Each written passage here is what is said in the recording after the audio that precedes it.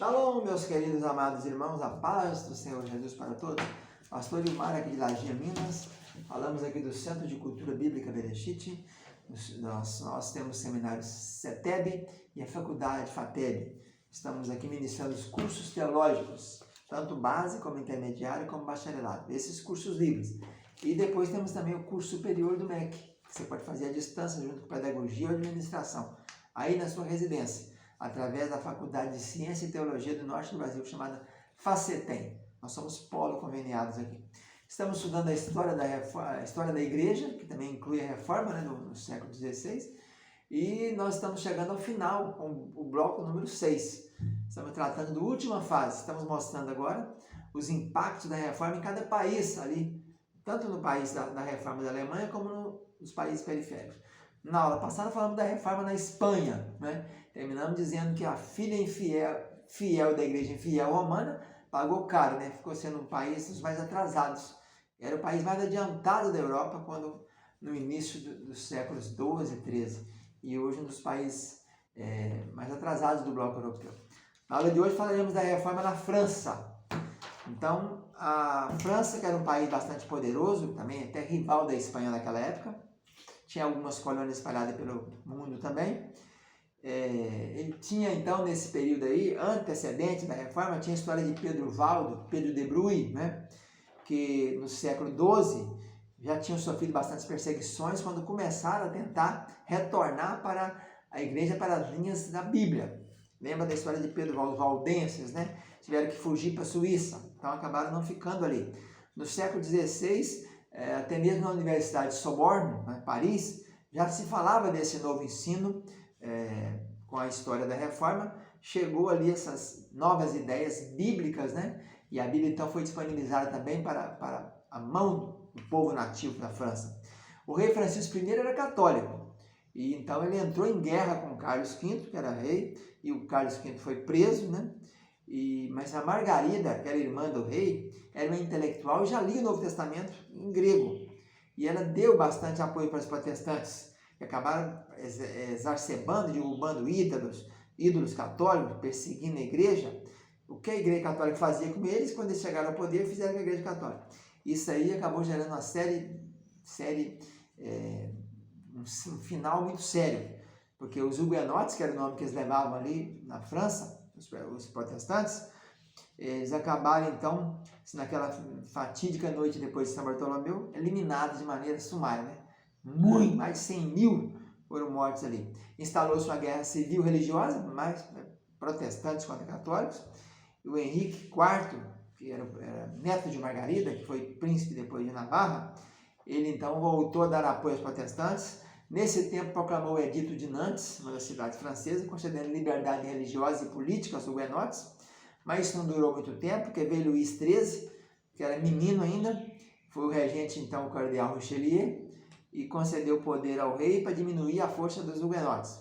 Então, quando o Luís XIII chegou ao trono, ele era criança, o regente foi o Richelieu, cardeal Richelieu.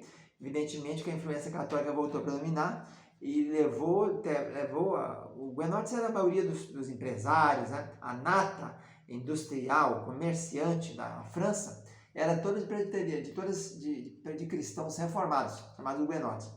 E ele então, quando assumiu o poder, ele procurou esvaziar o poder dos huguenotes, né?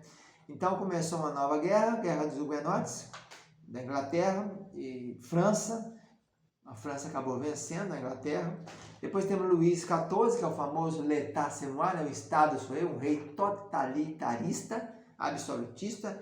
Houve uma grande perseguição aos huguenotes, mas também a pessoa era convertida à força, né? O objetivo de Luís XIV era eliminar todos os huguenotes da França, ele não queria um. E assim ele fez, mandando esses chamados dragonados, que era a força, o regimento dos dragões, que era um regimento de soldados franceses, partiu para toda a França, percorrendo todo o território, e ficou conhecido como dragonadas, que era conversão à força, ou converte ou morre, né? Esse era um modelo também que foi adotado na chamada Santa Inquisição em Portugal, né? A pessoa tinha que se converter e ainda tinha que mudar o nome, daí o famoso nome dos judeus, né? Quando os judeus mudaram o nome, esses tantos nomes de Oliveira, Coelho, Palmeira, o nome dos chamados marranos, judeus convertidos à força, né, no tempo de Portugal.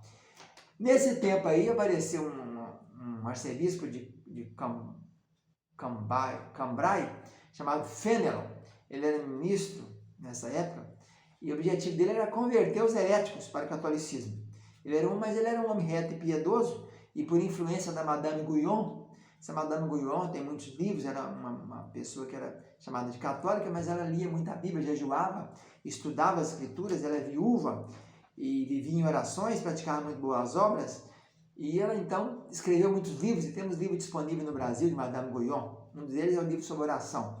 E ela acabou sendo presa depois da Bastilha, né, aquela cadeia francesa, por isso tem a queda da Bastilha na Revolução Francesa, e ela aproveitou aqueles tempos de presa ali para escrever mais ainda. Ela influenciou muito esse Fénelon, que era um arcebispo de Cambrai, e que a missão dele era converter os heréticos para o catolicismo. Mas ele, como ele era muito reto e sábio, não usou de força para isso.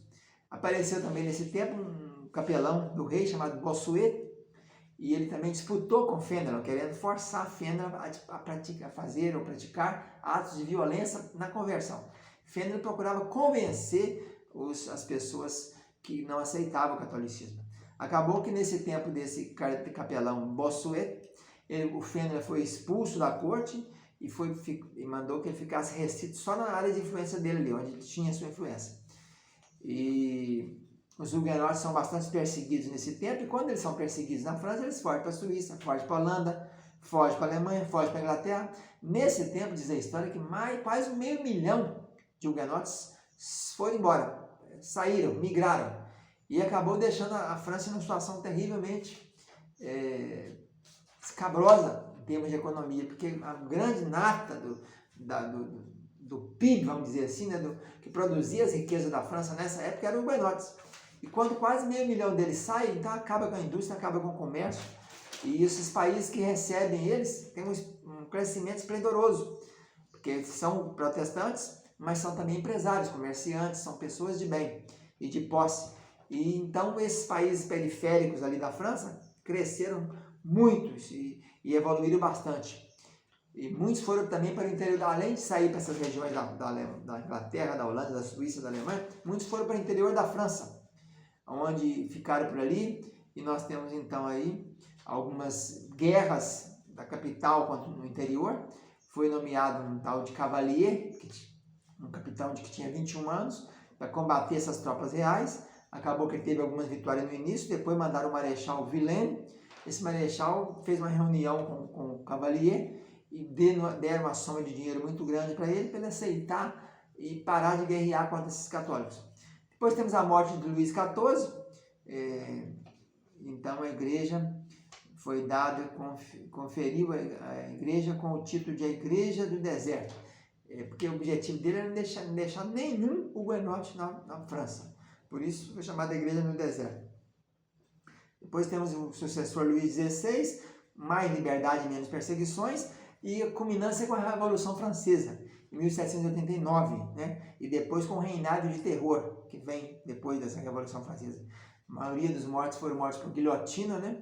Napoleão Bonaparte, depois de Napoleão Bonaparte, reconheceu a igreja protestante, mas com o poder dele, né, do Estado mandando na igreja. E depois, só no século XIX, vamos ter a separação, então, da igreja e do Estado, com o Estado laico. Ficamos por aqui, então, com os impactos da reforma na França. Fica na paz, tchau, tchau.